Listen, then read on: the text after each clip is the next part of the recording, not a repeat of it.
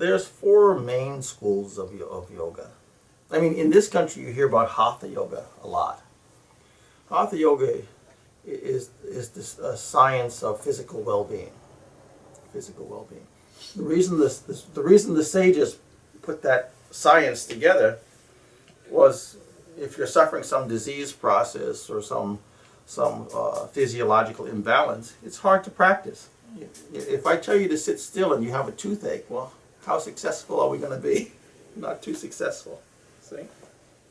So they wanted to create a system where a person was physically robust, strong, vital, healthy, so that they could go on to do the deeper practices that take a tremendous amount of physical and psychological strength. See? So that the body would be at ease.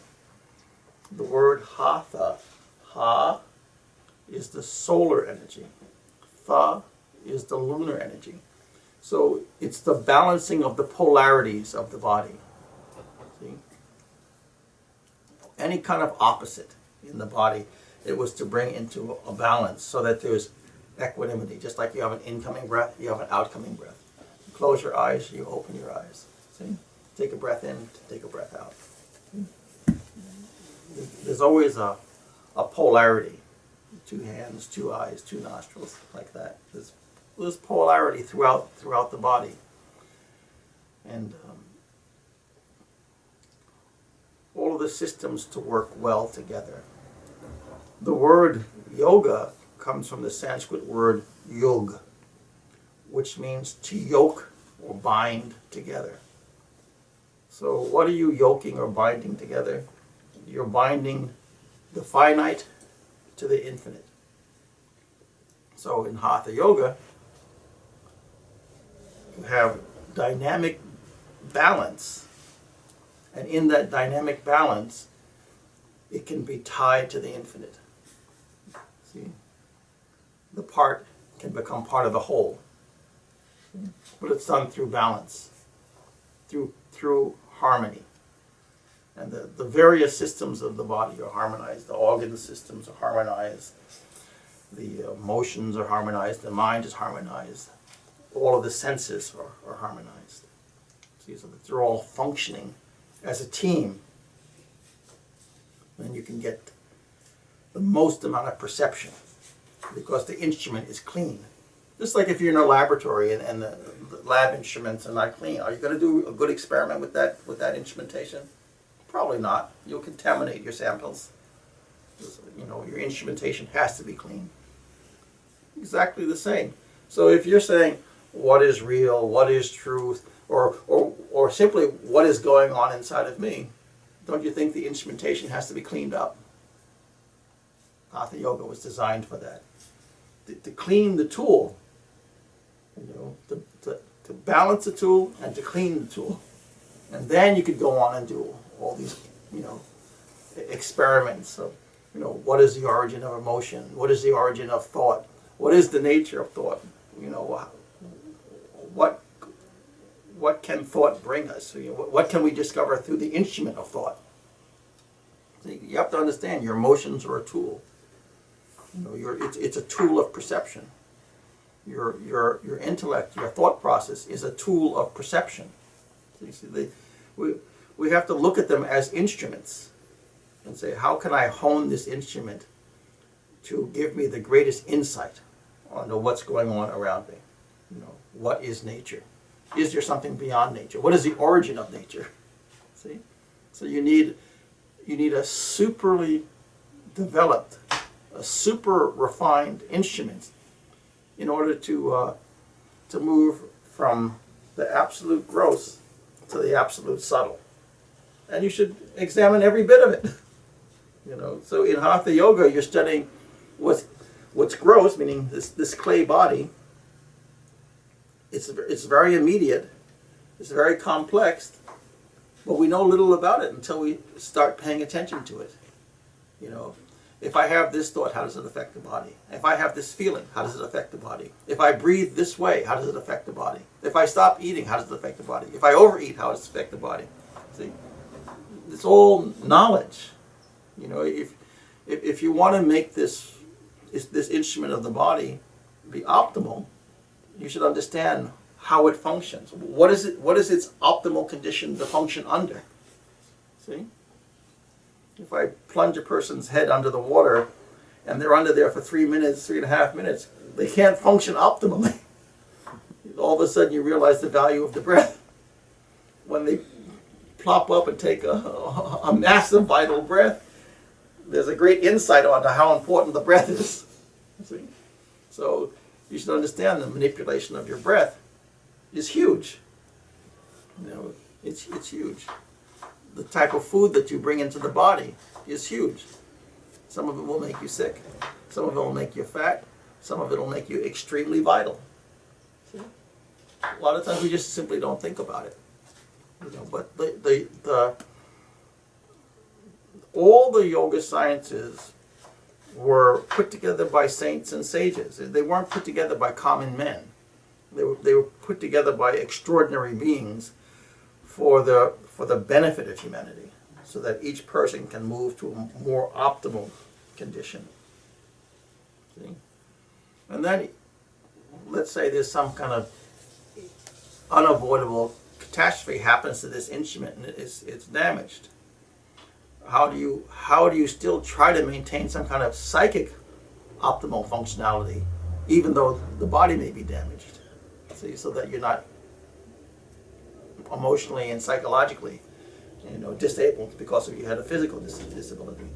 So it's trying to, it's trying to create, you know, the best opportunity for you to have real success, real insight, to have the most meaningful life with the tools that you have. So that's a tiny nutshell synopsis of Hatha Yoga, which is really, we consider it a minor yoga because it's preparatory. It's preparatory. It's cleaning the lab instruments. You know, it's. Then you have 4 other main yogas. One is called Jnana Yoga. That's the yoga of profound psychic insight, using the mind to look at something and ask the question, what is real? You know, and in the word reality, it means what is present that is unchanging. Because if it's changing, is it really real? No, it was momentarily this and then momentarily that. But was there some substrate beneath that was constant, that allowed all the changes to occur? See? Like, you're a being, but when you were a 2-year-old, when you were 10 years old, when you were 20 years old, when you were 30 years old, you were going through all changes. But you were always a being. That was the substrate, your beingness. But that beingness has gone through infinite changes. So the question is, from Jnana Yoga point of view, what is the nature of that essential beingness? Not necessarily what was the nature of the change that you've passed through, but what was the nature of that original beingness? See? If you remember, when you were a child, a very young one, how much psychic difficulty was there? Very little, very modest. You know, maybe a little gas, or a little hunger, or had the diapers changed. Now think of the complexity of our lives as adults in comparison to the difficulty we had when we were a child and the difficulty we have now. Far more complex, far more infinite. You know? The child was lying in a quieter, more fundamental state. They laughed easier, you know. Now our laugh is, you know, very, very complicated. You know, it's not just an honest, open laugh. It's based on all of our psychology of what we've come to figure out is funny. As we were before, if you tickled the baby, it would giggle. You know, you made a funny face, they would giggle. There was no inhibition. Now there's a whole lot more calculation, you know. So Jnana Yoga is looking at what were the original fundamental states of our beingness. Then you have Bhakti Yoga. Bhakti Yoga is heart-based, and you can say that it's devotional mysticism. How do you can say, what was the heart of Christ? You know, that great loving being, or the heart of Buddha. You know, that great compassionate being. You know, what was the nature of their heart? And is that in me? Were they unique? Or were they just modeling a great reality? See? So that's the study of Bhakti Yoga, devotional mysticism. How do you take your emotions and evolve them into devotion? See? The highest expression of emotion is devotion. And devotion is using the heart to focus on the nature of reality. What is real? But looking at it through the eyes of the heart. See? You have all these different facilities, all these different lenses that we're asked. We're looking at one question, but using different lenses because you've been given multiple lenses. Then another of the great yogas is Karma Yoga. Karma Yoga is the yoga of selfless service. It means if I can become a generator of good, whether large or small, and have my personality simple and supple. Simple and supple. Not I am this or I am that. That's complex and a headache. But simple and supple and generating good. Then what is the nature of reality? What is the experience? You know, if I'm not wrapped up in all kinds of personal egoic complexes, it's like a guileless child, someone guileless, sweet and simple. And they have the profound motivation to constantly generate good. Then what is the nature of reality? What is that soul's experience? On a grand scale, you can look at someone like Mahatma Gandhi, who had to purposefully deconstruct his life. You know, when Mahatma Gandhi died, he had probably like 5 elements. He had a mala, he had a set of glasses, he had a set of shoes, and he had his dhoti that he wore. You know, and a copy of the Gita. There's like 5 or 6 items. That's all he owned. You know, this is a man who could have been a bazillionaire. The whole nation would have thrown wealth at him if he had wanted it. But he asked himself, what do I really need? You know, to live a happy life. And also, how can I generate as much good as possible? So he said, I don't need this, I don't need this, I don't need this, and just started stripping away all the things that weren't necessary, all the edifices that we add to ourselves. So he found that beneath all the wants, there was a fundamental joy that was not based on all the things that we could acquire, whether it's how people see us or whether it's physical elements of the world, whether it's a car or VCR, whatever. That the very act of generating good for others and living a profoundly simple life gave him a profound insight into the nature of life. You know, how much we don't need. By finding out what we don't need, we find out what is really, really important. You know, like if your grandmother or your mother ever gave you a big loving hug, well, what did that cost anybody? It didn't cost anybody anything. You know, it was just something profoundly fundamental, an expression of the heart that would give us great joy. You know, But what did it take? It didn't take any of the, didn't take a car, didn't take a VCR, didn't take a new dress, didn't take any of that stuff. Didn't take going anywhere. You know, it was just one pure energy being exchanged. No price involved. But that one hug could last you your entire life. You know, you see that Saint Amaji? How many people are coming for hugs? All over the world. You know? So how can you become simple and supple and generate as much good as possible?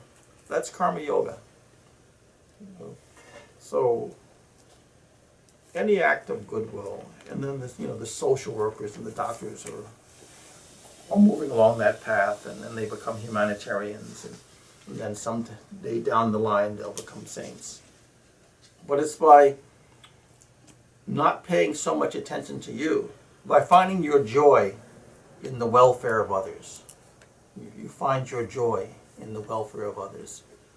You know, just like a person who runs a child's orphanage, their life is full of joy and full of meaning. But they themselves may live in a small hut with not a whole lot. But just by the act of securing these children's welfare and seeing the love and joy in their smiles and in their play, your life is extremely rich. See? Karma yogi. They're not trying to be the top of the hill. They're not trying to be a big edifice. But they find some noble action and live simply. And their life has purpose, meaning, and insight through that. See? They minimize the self and they lift up others. See? That's a karma yogi. Then you have one other form of this. There's infinite forms of yoga, but I'm just saying the 4 principal schools. Okay, there's many. You know, then you have Raja Yoga, which is a very psychological school of yoga, of which Hatha Yoga is actually one of the portions of Raja. But Raja takes you through a process of physical well-being, ethical study, study of concentration, and study of meditation, and study of pure stillness. So it's a step-by-step program that allows you to slowly achieve greater and greater means of insight by psychological balance, purifying the psyche, the intellect, and the insight, and then acting upon the results of those experiments. That's Raja Yoga. Any thoughts or questions so far? You know, anything that I've said that's not particularly clear or you'd like expanded upon? Yes. So you speak a lot about, or a little bit about breathing in yoga and like the relation there. But like I've never been super clear on like why specifically breathe through the nose and why like with Ujjayi breath what that does and how that relates with, you know, these further more psychological yogas. Oh, well, that's truly a vast subject. You know, it's the truth is it's an oceanic subject. Okay.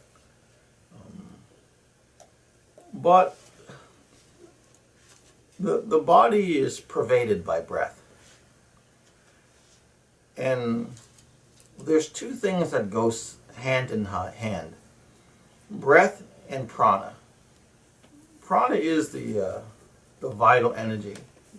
In India they call it prana. In Japan they call it ki. In China they call it chi. You know, it's the vital element. But that vital element is hidden within the breath. It's sort of the atomic substrate of the breath. You can think of it that way. And the easiest way to figure out where the prana is going is by being able to watch where the breath is going, because they travel in a unified, in a parallel route. If one is present, the other is present.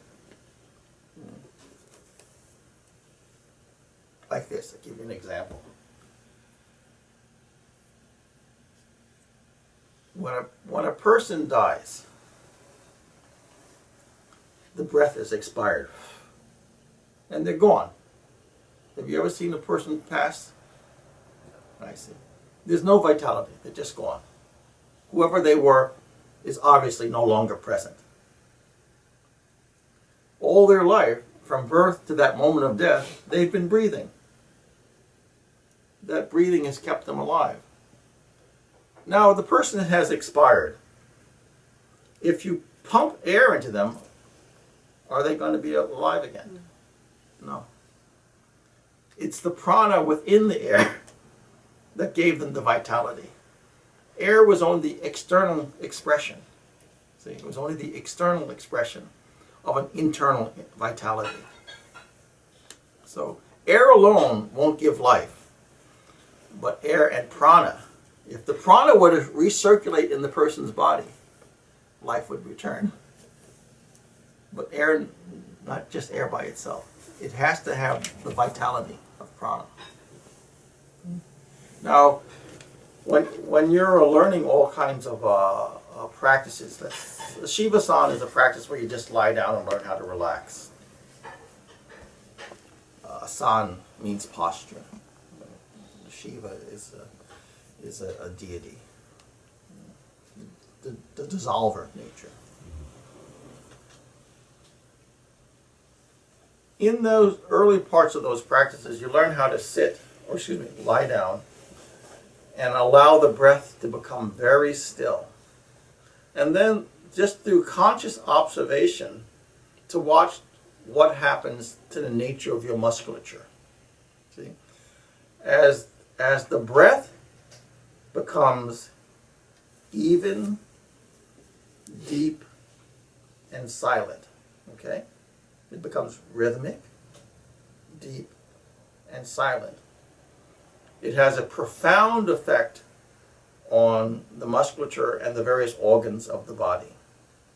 So if you're lying there and you're moving from a state of tension, which we all have just by nature of activity, to a type of peaceful passivity, but with an alert psyche, at that point you can start to observe what the breath and the breathing process, the effect it has on the muscular and nervous system.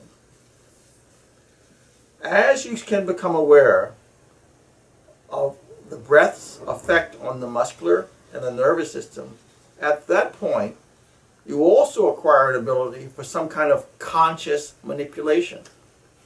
See? Not to give you a medical example. A person's having a panic attack. Their nervous system is going out of whack. The respiration is going nuts.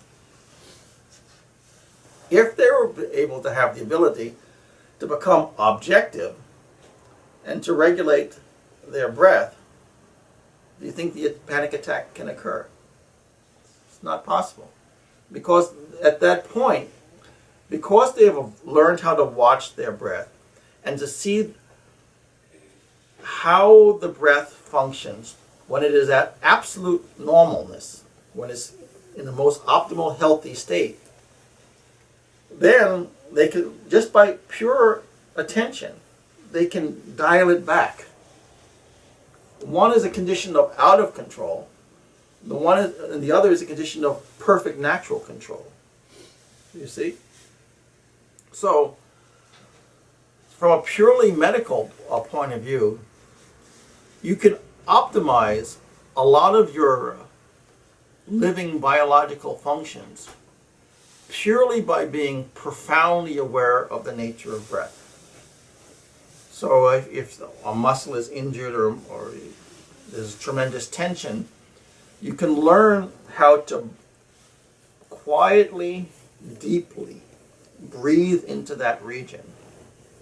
And in consciously breathing into that region, you're also, remember the prana follows along with the breath. you can vitalize that organ or that muscle group or that particular muscle or that particular area and restore normality. See? By being super aware of the nature of breath and then using your mind to regulate breath and prana. See? So that's very, very elementary, simple way of discussing it. It becomes infinitely more complex over time because your body and muscles are a gross substance. But your emotions are also a type of substance. It's a type of energy. Anything that's existing in nature, so your intellect exists in nature, your emotions exist in nature, your biology exists in nature, because it's something. So it's in some kind of energetic pattern. By the use of prana and breath, you can regulate your bodily functions, you can regulate your emotional functions, and you can regulate your psychological functions.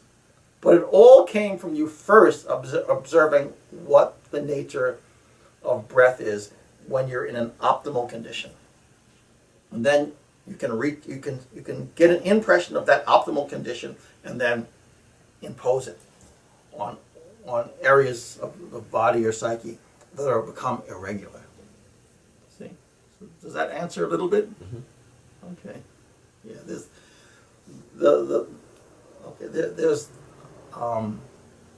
thousands and thousands and thousands of tubes that run through the body.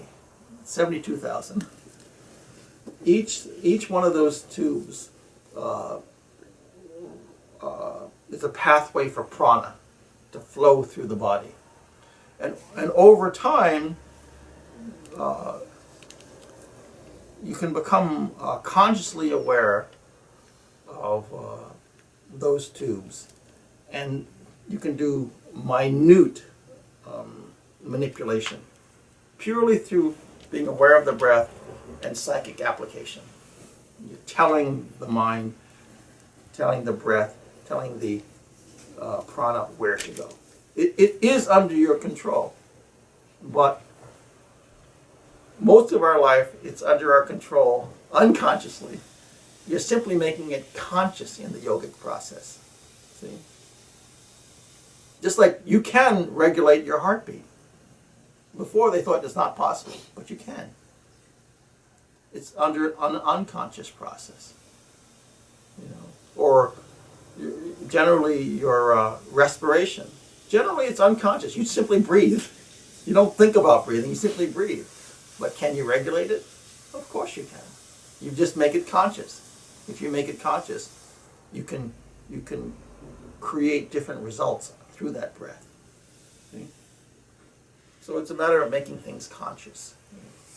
Then all kinds of facility opens up. There's all kinds of subtle psychic facility that we have that we don't use at all, simply because it's all functioning below the conscious level. See? And in these processes, by utilizing the breath as a way in,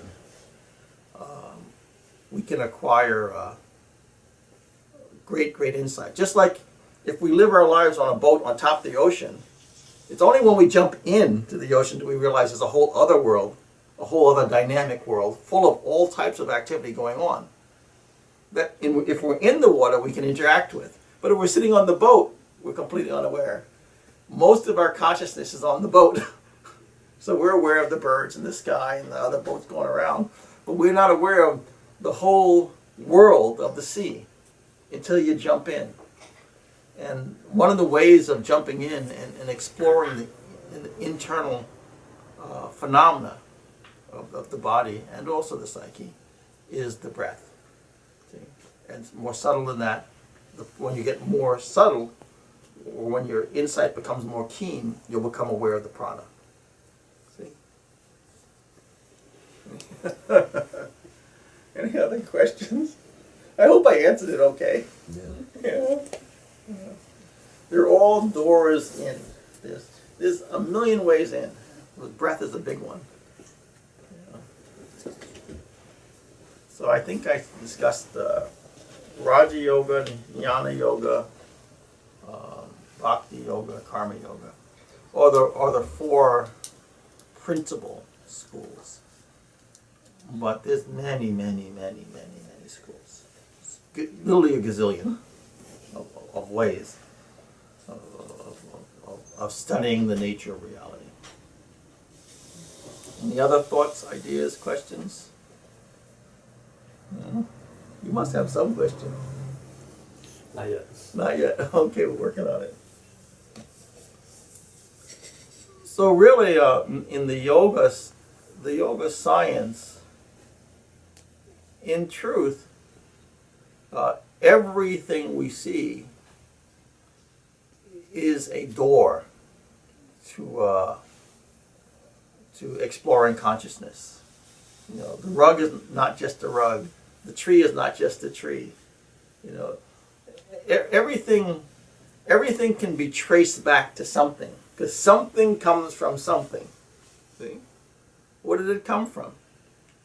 That if you say something comes from something, and then start to trace it back, you land up on a wonderful journey. Even the most mundane thing, you can say a brick. Well, a brick has no meaning. You just walk past bricks and don't think about it. But if you look at the brick and say, okay, something comes from something, well, where did that brick come from? Well, that brick was once earth, you know.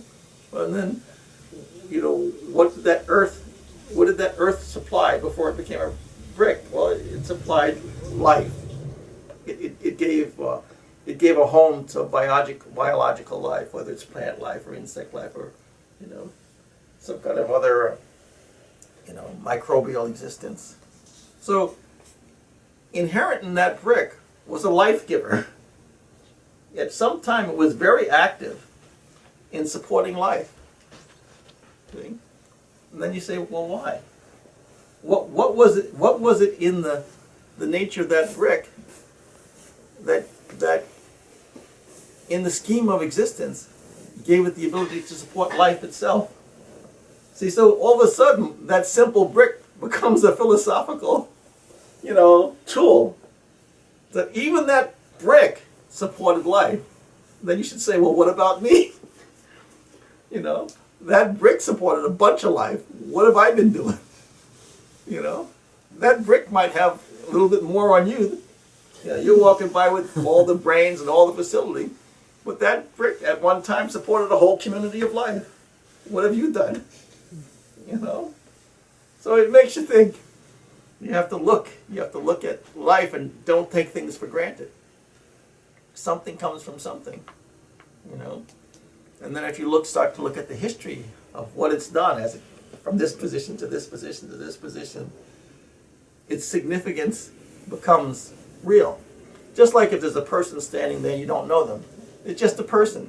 But if you talk to them, all of a sudden a world opens up, and you realize, wow, I haven't had any knowledge that this person was wonderful. All this is in them.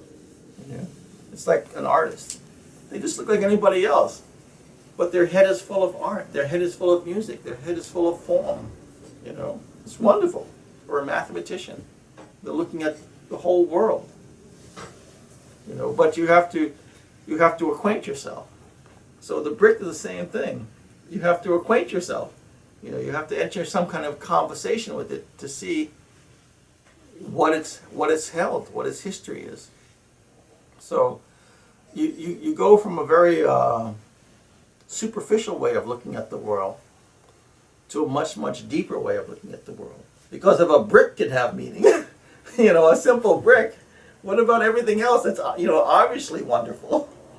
You know, so you can get your experience of the world becomes far deeper, far more philosophical, you're far more integrated into the world. You're not taking things for granted. You know, your senses are not dulled. You'll start to use all of your senses because you realize, wow, there's a lot of wonderful stuff going on here. It's like if you go to the beach, you know, your son feels the skin in the breeze, your nose can smell the salt air, you know, all of your senses. You can hear the water lapping. Sometimes you can even taste the salt in the air. You know, you're alive. You're alive. You know, because your senses become engaged. But because of our psychological facilities, we tone down. We say, this is important. I'm just concentrating on this. And 10,000 people can walk by. You have no idea and you don't care. But if your senses are alive, all of your physical senses and your psychic senses are alive, there's a tremendous engagement. You know, you become so much more alive because you're so much more engaged. See? So your experience of life becomes very, very, very rich. You know. So a kid who gets lost in just a computer will never know the joy of riding a bike or a skateboard or skiing, which all those things, your senses are far more alive as opposed to just staring at a screen. See? More engagement. Not that one's better, but the thing is, why limit yourself? Why limit yourself? You know, you want to know the full expression of your heart. You want to know the full expression of your intellect. You want to know the full expression of your senses. See? Because this world will dial you back. Just think about that. Just feel this. Just experience that. You know, when we're a kid, we're like wide open. All the senses are going. We feel what we feel. We can think. We can experience. And then as we get older, we get dialed back.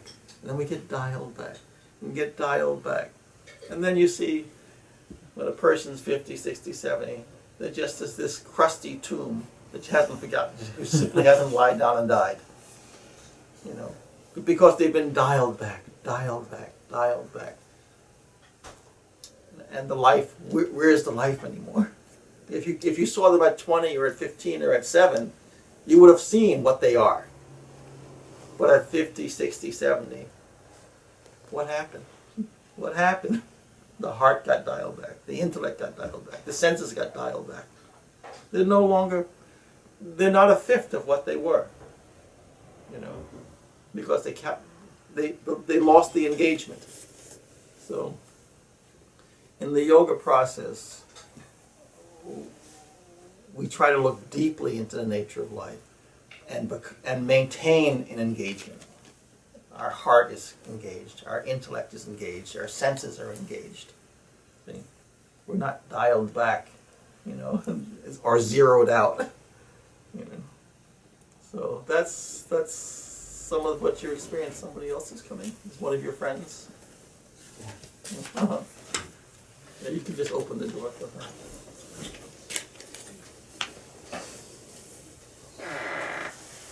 Please come in.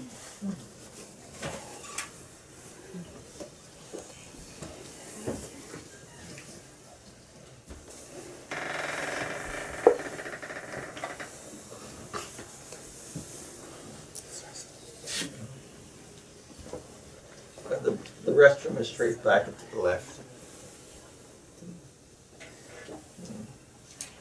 Guruji, more. I think also one reason we don't take the time to observe and say, for example, observe the brick is because we're so often wrapped up in our own projections on top of that. So Absolutely. it's not just that you're not looking at the brick, you're looking at with how it's useful for you, and whether I see it as something I can use to like throw or like to build something with, or with I don't really see it just as a brick. I really see it only in terms of what it does for me. Right. That's because in society in general,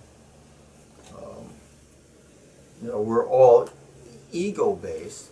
which means I-based, you know, and as Sylvia is saying, what's in it for me, or how is it useful to me, as opposed to just sort of honoring everything as its own intrinsic expression of something occurring in nature, just independently, you know, just simply independently, as opposed to having a type of acquisition minded. How is it of value to me?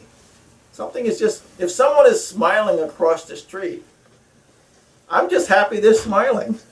You know, I'm enjoying the fact that they're enjoying it. I don't have to get anything out of it, you know. It's just great. It's something, it's like a wonderful breeze. You know, it's something happening in nature that simply should be appreciated for what it is, as opposed to what it can do for me. So I don't go over and try to capture that person and say, smile just for me. No, smile for life. You know, that was something native that came out of you, that was like a blossom. God bless everybody. It's a good thing. You know, you don't try to capture it. You just allow things to be. Allow yourself to pass through natural relationships without any kind of selfishness. See? You know, if you have a healthy friend or friendship, you just enjoy what that person is. You're not looking for anything out of it. You just enjoy what they are. And if anything, you try to promote them so that they can maintain that creativity or that joy or that insight or whatever it is in them that you're really enjoying. You know, but you're not looking for something out of it. You just say, wow, I'm glad that's here in life, and I'll do whatever I can to help sustain it. You know, because I think you're wonderful in the world. You know, but you don't try to capture it or possess it. See, and then you try to capture it or possess it, it's becoming unhealthy. The bigger the me, the more the unhealthiness. You know, but it's like saying, I want to capture all the butterflies in the world for me. Isn't that unhealthy? Other than having them travel the world and give joy to everyone who can glimpse them. The more I want it for me, the more unhealthy it is. You know? But if I can say, wow, I had a moment where I saw this field of butterflies go by, that was fantastic. And then let it go. You know, it was just a ray of light into the world for a moment, into my heart. I should be happy with that. Instead of saying, let's capture it and put it in a cage in my backyard, you know, and not let it be an expression for all, which is its natural intent, you know, to be a joy and expression for all. See? So these are the types of things, the types of relationships that you learn in the yoga process by becoming more and more and more about your essential self, which is more of an oceanic person, very supple intellectually, very supple emotionally. You know, the more rigid you become intellectually, more rigid you become emotionally, the more boundaries you have. And the more boundaries you have this side and that side. You have right and you have wrong. You know, that rigidness is not healthy, as opposed to being emotionally supple, intellectually supple. You know, a person who only sees one point of view and everybody else is wrong. Is that really healthy? And what if they made a mistake in their calculations? You know, unfortunate situation. As to saying possible, or maybe. That means some intellectual, you know, flexibility. And let me try to see it from your point of view, or for another point of view. You know, is there just one point of view? You know, if I put a point here, is there only one way to look at that point? Or is there a 360? There's many ways of looking at that point. You know? And what may be true in this moment may not be true of the same thing in the next moment. See? That emotional intellectual suppleness, flexibility. It's much more healthy. Much more healthy. Even if you look at a plant, when it's supple, it's alive and vital. The more rigid, dead. Dead. Look at a branch that has fallen from the tree. It gets more rigid. Vitality is gone. But while it's attached to the tree, more supple, more vitality, more real life. See? There's no difference in your psyche or your heart. The more rigid your heart, the more unfortunate. The more rigid your intellect, the more unfortunate. You know? How rigid was your heart and mind when you were a child? You were open. You were flexible. That's how you learned so much. You know? That's how you learn so much. That flexibility. See? That flexibility is a form of life vitality. You know, the happiest senior citizens are the ones who are out there living and emotionally flexible, intellectually flexible, and still using their senses. They're the happiest. The ones that are shut down. More and more sorrow. So how do you live a philosophical life, a purposeful life, a joyful life, a meaningful life? A life that has insight into the nature of your place in the universe. All of that's yoga. All of that is yoga. See, it's a body or a volume of tools that you absorb and you use in this journey through life.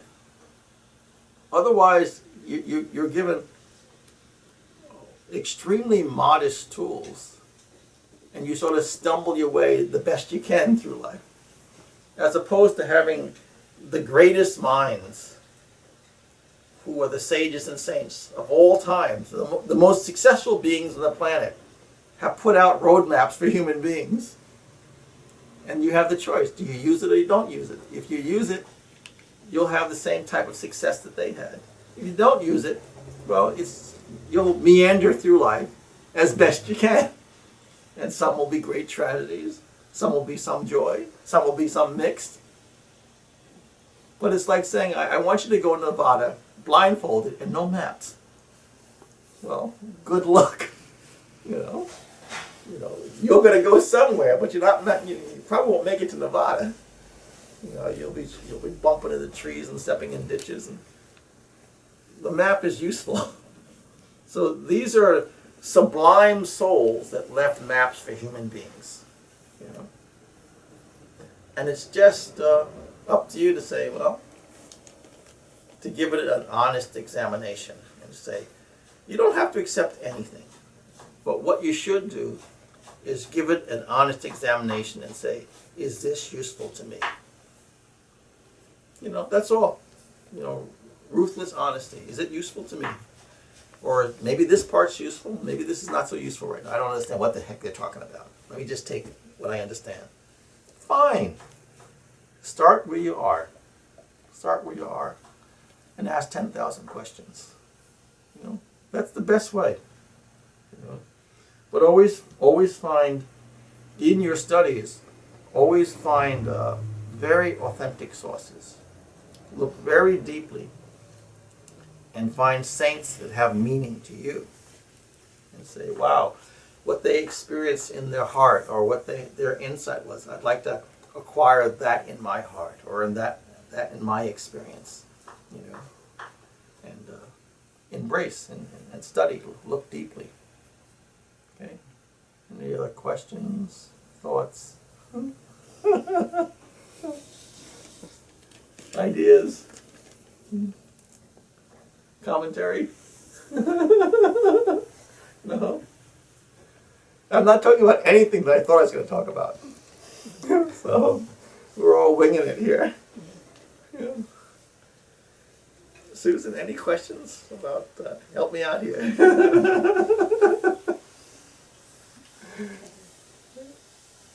Susan? Susan is a good friend and been with me a long time. I think I talk about meditation. Yeah, that's important. Actually, Victor made me think about that the other day. It's, he, you know, he would say he had a hard time with meditation. Everybody has a hard time with meditation, you know. You know, don't sweat that. You know, it's tough for everybody. But on the other side, it's useful for everybody. Meditation is, you get a lot of bang for your buck if you're willing to pay the price of admission. So it's a bit tough because your mind is equated to the wind. It loves to move. Its nature is movement. So here it is, its facility is moving all over the place, and you're saying stay still. Problem, you know. It's like trying to keep the horse in the barn. Is it going to be happy? I don't think so. But if you can teach it the benefits of stillness, then it can grow into those habits. Just like with Hatha Yoga, you're trying to acquire a balance. In the mind, you also need a balance. You know, the other, one side is movement, the other side is stillness. But if you only have practiced one half of your psychic capacity and not the whole other 50%, are you really whole? Have you really experienced what you're endowed, what your endowment of experience is? If you've only used half of the facility. See? That's the problem. We've used movement of the mind infinitely from childhood on. But that was only one facility. It's like me telling you use only your right hand or use only your left hand. You know? Big limitation as opposed to being able to use the full facility. So think about the full psychic value of the movement of your mind. How much stuff you've analyzed, how much stuff you've thought of, how much stuff you've perceived, how much that gave you. Well, there's a whole other world of perception via stillness. As dynamic as you've experienced through the movement of mind, infinitely more dynamic is in the stillness. But it's a type of paradox. In the beginning, you don't see it. You think of stillness as nothing. It's a paradox. Actually, the stillness itself is what gave that movement vitality. It's just super subtle. It's just super subtle. What allowed all the movement of mind and all of your perception and all of your experience, the energy for that came out of that. Came out of that silence, that stillness, that hidden paradox. See? That's what meditation wants you to experience. You know, the origin of all of your activities, all of your experience was hidden in that silence. There's a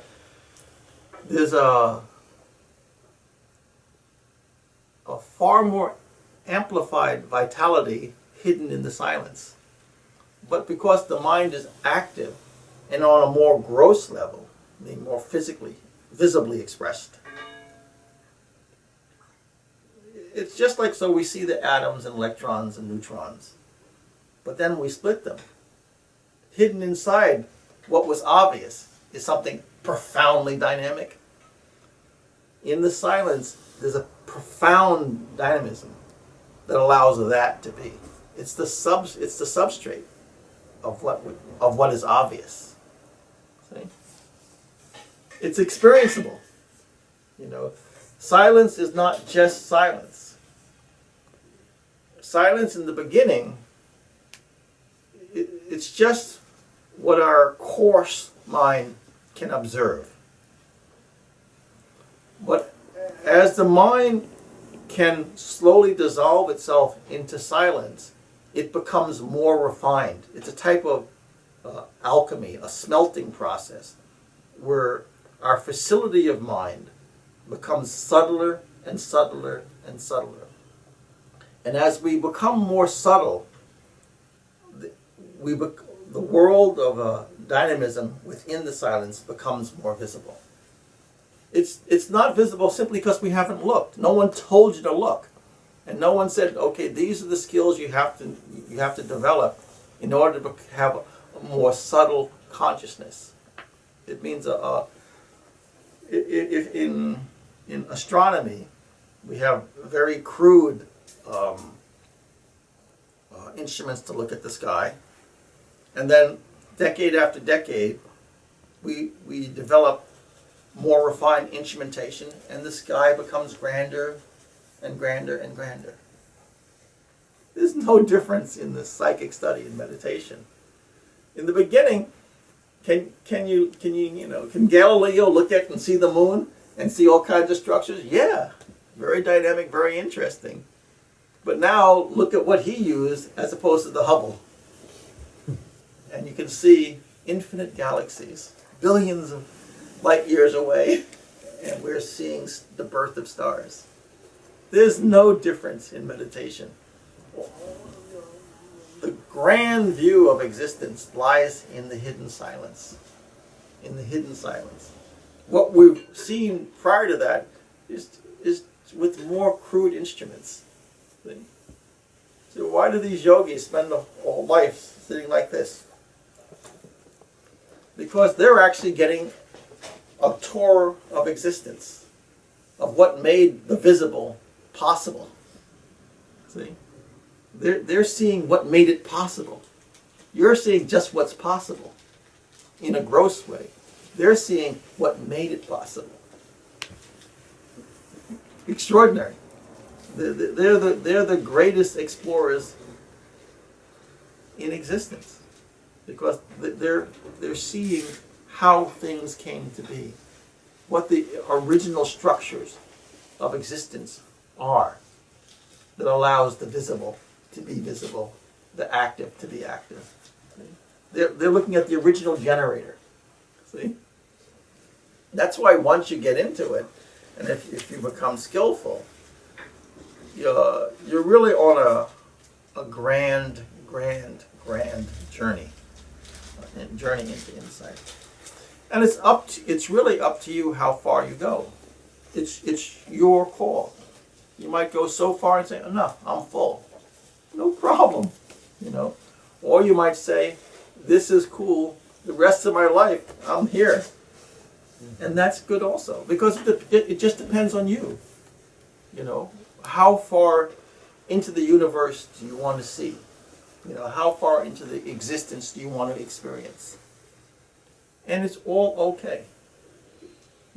What level you choose is okay. One wants to go back to the absolute moment of existence. What is God? And if there is a God, what is that grand embrace? That's the masters. And then there's everything from us, who look into the sky and wonder, what is all of this? What is my place in any of this? That's the journey of our life. To find a whole and healing spot, a full spot that is our existence. That's what we're here for, to figure that stuff out. In Judeo-Christian, later Judeo-Christian ideas, they think that we have life, that's roughly at this time 100 years. But from the East, we see that consciousness is infinite, and we wear out this form, and then you don't wear out your consciousness. Like, is there ever such a thing as a death of a thought?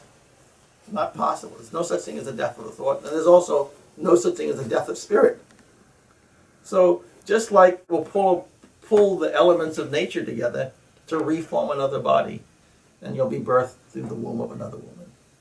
See? So You get infinite opportunities to explore nature until the grand understanding. Okay. Now that was really philosophical. But I was just going to say that I think it's interesting when you talk about the different, like meditation, the practice of goodness, hatha yoga, they all are. paths Yeah. to the same end result. Yeah. And that you explore these different paths at this level where we are, and then figure out which path you want to take Yeah. What's best to for that you? through that cleansing process to that other world. Yeah. Yeah. That what's Susan is saying is correct. There's so many different paths, and each individual here has a little bit different disposition. Some are more psychologically oriented. Some are more emotionally oriented. Some more physically oriented. You know, it's as per your nature, where you are now, is the means that that's gonna be most viable to you. You know, it's not one shoe fits all. You know, you have multiple means, or a combination of means. You know, because you're not all heart, you're not all intellect, you're not all action. You know, you're different proportions of physicality, emotionality, mentality, you know, psychology, and all this. You're different proportions. So when you're with a teacher, a Dharma teacher, they help you to get very basic structure of correct knowledge, and then tailored knowledge. See, of what's the best means for you. So I might say, "Oh, James, this is absolutely the best mantra. Do this mantra." And then I'll turn around to Susan and say, completely different mantra. "Susan, this is the absolutely best mantra. Do this mantra." Why? It's this one is best for him. This one is best for her. See, they're not the same. They don't have the same facilities. They're not the same place in life. They have different goals, but each one can be led towards the center. You know, you give them what they need, but there's always fundamental practices for everybody, and then there's subtle retooling within those fundamental practices, and that's why you need you know, people who have thrown their life into it. You know, a master mechanic, a good mechanic, you know, to give the right adjustment, you know, the right insight. You know, you have to study with people who have gone through the process. That's super, super important. You know, there's lots of people who read a bunch of books and then they're very charismatic and blah blah blah. And they talk and they're very good at talking. But you want people who've walked the road, who have lived it out. You know, you don't want to read a book and try to go camping. You want to get the camping knowledge from a camper, so you don't freeze to death when you get out there. You know, or you go there with the improper tools and find you can get eaten by the bears. You know, you always have to find people who. This business is a type of apprenticeship. You know, you learn from people who are doing it, who have invested in it. Then you get the best value, you know, the greatest experience, the greatest knowledge, not intellectual knowledge. You get both intellectual and experiential knowledge. You know, life is infinitely diverse, so you need the knowledge of people who have lived the life. You know, not everything goes right. You know, sometimes you're doing everything right, but the circumstance turns around. You know, like you're climbing a mountain, and you have all the right technical skills, and then a storm comes up, but you've only practiced when the weather was good. This is when you need the teacher. You know, what do you do with all the right stuff, but here comes a storm? You know, you didn't practice in a storm. That's where the teacher says, okay, this is what we have to do in order to deal with this. See? So that's why you need a climber, you know, someone who's climbed. because they've faced all the different circumstances, and you want to make the climb. The beauty of the yogic science is that ultimately our desire is for you personally and intimately to have direct experience. That way you know for yourself. It's not like, oh, Hari said this or a book said that. That's good in the beginning, but it's ultimately not satisfying. The root of our activity is that you yourself personally, uniquely, individually have direct personal experience. Then we're really satisfied, because then you really know. You know for yourself. No matter if 10,000 people say something else, it doesn't make any difference. What you've experienced, you've experienced. What you know is what you know. You know. Then it's indelible. It's not corruptible anymore. As long as you're just relying on hearsay, there's a lot of maybe yes, maybe no. But like I say, if an elephant steps on your foot, there's no more maybe. There's no more maybe. And that's what we want for you. That you have direct personal experience, because there is no more maybe. You know, are there angels? Is there a God? Is there a deeper reality? We want you to know for yourself, so that the whole maybe factor gets booted out. See? But you have to make an intelligent, well-prepared journey. You know, and it's your life. You're going to live your life anyway. Now the question is, are you going to live your life randomly, or are you going to live your life based on tools that have been left behind by the great masters? And that's your choice. You do what you want. You know, but you're going to live life one way or the other. You know. Any other thoughts, ideas, notions? I can mention that the person who was interested in the breathing practices, there are, and correct me if I'm wrong, but we did a yoga nidra class that I felt was breathing. It's a path that includes breathing practices. Yeah. There's a bunch of breathing practices as well. Yeah, there's really a gazillion different things I can teach. There's a bunch of stuff. There's a hidden library in my head. It's just now, you know, everything goes in ebbs and flows. So like, you guys are like a new crop. You know, this is what heaven has sent. You know, a new crop of people. The other crops, they're all over the world, because so many come from UC Berkeley and such. You know, they're all over the place. Some are in Spain, some are in India, you know, some are in Fiji, you know, they're all over the place. You know, and in various places in the country. But, you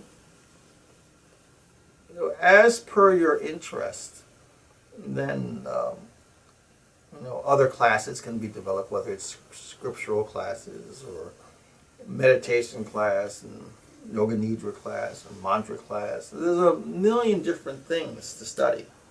You know, there really is. And they're all really, really fascinating.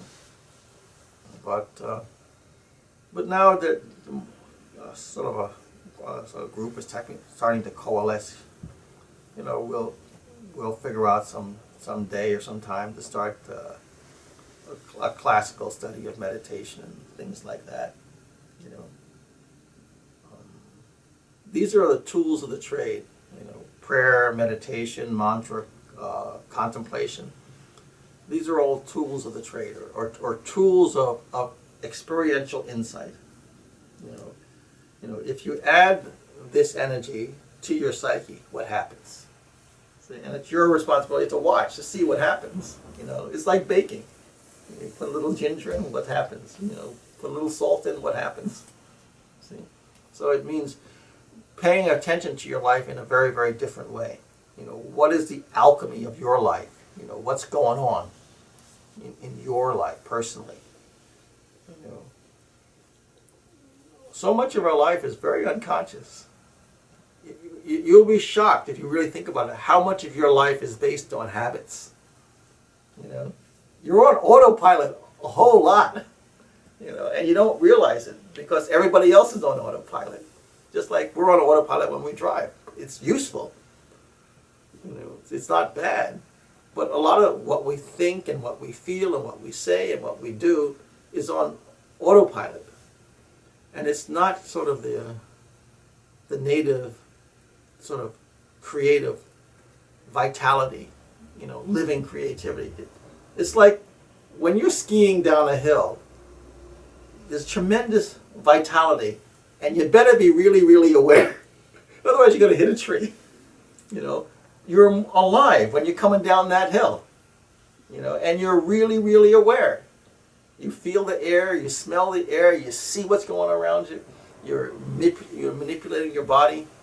You're more alive. You're more alive. Less autopilot. So the whole yoga science is trying to bring about you being more alive, less on autopilot, being more creative, see? Not 75%, 80% autopilot, which is structurally useful, but it's not all about who you really are, you know? That's just sort of how you navigate in a way, so you know, in the world physically and emotionally. But it's not you at your best, you know. It's you at your most convenient maybe, but not you at your best. You know, if you look at the creative process, whether it's in any art or any science, there's always challenges, but the fact that they're doing that creative research, they're actually most alive at that time when they're fully engaged creatively. See? So that we're trying to create a deeper, more intelligent engagement in life. Less sort of zombie life and more real life, you know. I mean, because you can look at a person 70, 80, 90 years old, they're all good people. There's no character judgment here. But so much more is on autopilot. What they're talking about today was what they were talking about last week, and what they're talking about before. You know, it's just the same story. Whether you tap in this year or that year, it's the same story. You know, but think about it when you were a child. You were constantly growing, constantly expanding, constantly experiencing. It's that kind of creative suppleness that we're trying to recapture. You know, we've all sort of become sort of manufactured milk crates. You know, very functional, but also very dull. You know, does it do its job? Yeah, it does its job. Is it alive? No. No, it's just sitting on the shelf. You know, we want you much more like a living river as opposed to a stagnant pond. See? We want you alive again. All your senses alive again, engaged again, not taking things for granted. When you were a kid, you didn't take anything for granted. What is this, Mommy? What is that, Mommy? What's this do? You know, that kind of creative, constant questioning. That's what you did when you were a kid. What is this? What does this mean? What is that? You know, when you were that way, as opposed to how we are now, can you see the distance we've traveled? We've sort of commodified ourselves into a box, as opposed to being open to the wonder of the world. The yoga wants to bring back a wisdom-based wonder. I mean, wisdom means deep understanding and a wonder of what God is doing, the sort of the alchemy of God. You know. And I'm saying the word God. You can say whatever word that means infinite intelligence, you know, infinite pure intelligence. It's all the same stuff. Don't get hung up on words. You know, it doesn't mean anything. You know, who called God God? We made that word up. We made that word up. See, it's a reality that we're trying to quantify. See, so don't get hung up on words. Any other thoughts, ideas? No. I didn't talk about anything I thought I was going to talk about today. It's good to get a review too, because a lot of it is just being reminded again and being reoriented again to what is important. Yeah, yeah. That creativity is huge. You know, we want you to be fully alive. You know, fully alive and purposeful. You know, really purposeful. Just like everything in nature is fulfilling some purpose. You know, it's not living, there's no tree or even a blade of glass that's living just for itself. Not at all. It's integrated into a system. It's only the human ego that makes us step out of a system where we're not nurturing other life. We're sort of like, okay, I'm in it for myself, you know, or I'm in it for this little micro system. There's nothing outside that we ever step through that's in it for itself. There's an infinite interdependency and an intersupport with everything. It's only our ego that makes us step out of it, out of that wholeness. Why do we experience loneliness? Because we've stepped out of wholeness. We stepped out of wholeness. You know, the world didn't push us out. We stepped out. Now the question is, how do we step back into a sense of wholeness? That means you have to have a profound insight onto the nature of your being, the nature of your facilities, and what that means to everything else. See? We created our own isolation. See? Through our own ignorance. Ignorance is not bad. Ignorance is simply ignorance. It means you don't know. It's an innocent not knowing. See? But society has allowed us, supports that not knowing. See? Why? Because you can be manipulated. You know? The very definition of a truly creative artist is a person who is not being manipulated. They have a creative expression and they're putting it out there, regardless of what the planet has to say about it. You know, did everyone like pop art or cubism or any of the other art forms that came up when it first came out? No. Were they all valuable? Yes. Look at all the forms of music that have arisen. You know, were they all appreciated originally? No. Did they all have some creative vitality that said, I am here? You know, it's important to see this? Yes. See? Those are souls that were unbound by society. They didn't let society hammer them down and hold them down. See? It was part of life seeking expression. See? So that's what we want for the spirit. We want the spirit to have creative expression in and through your life, through all of your senses, all of your facilities, to have creative expression.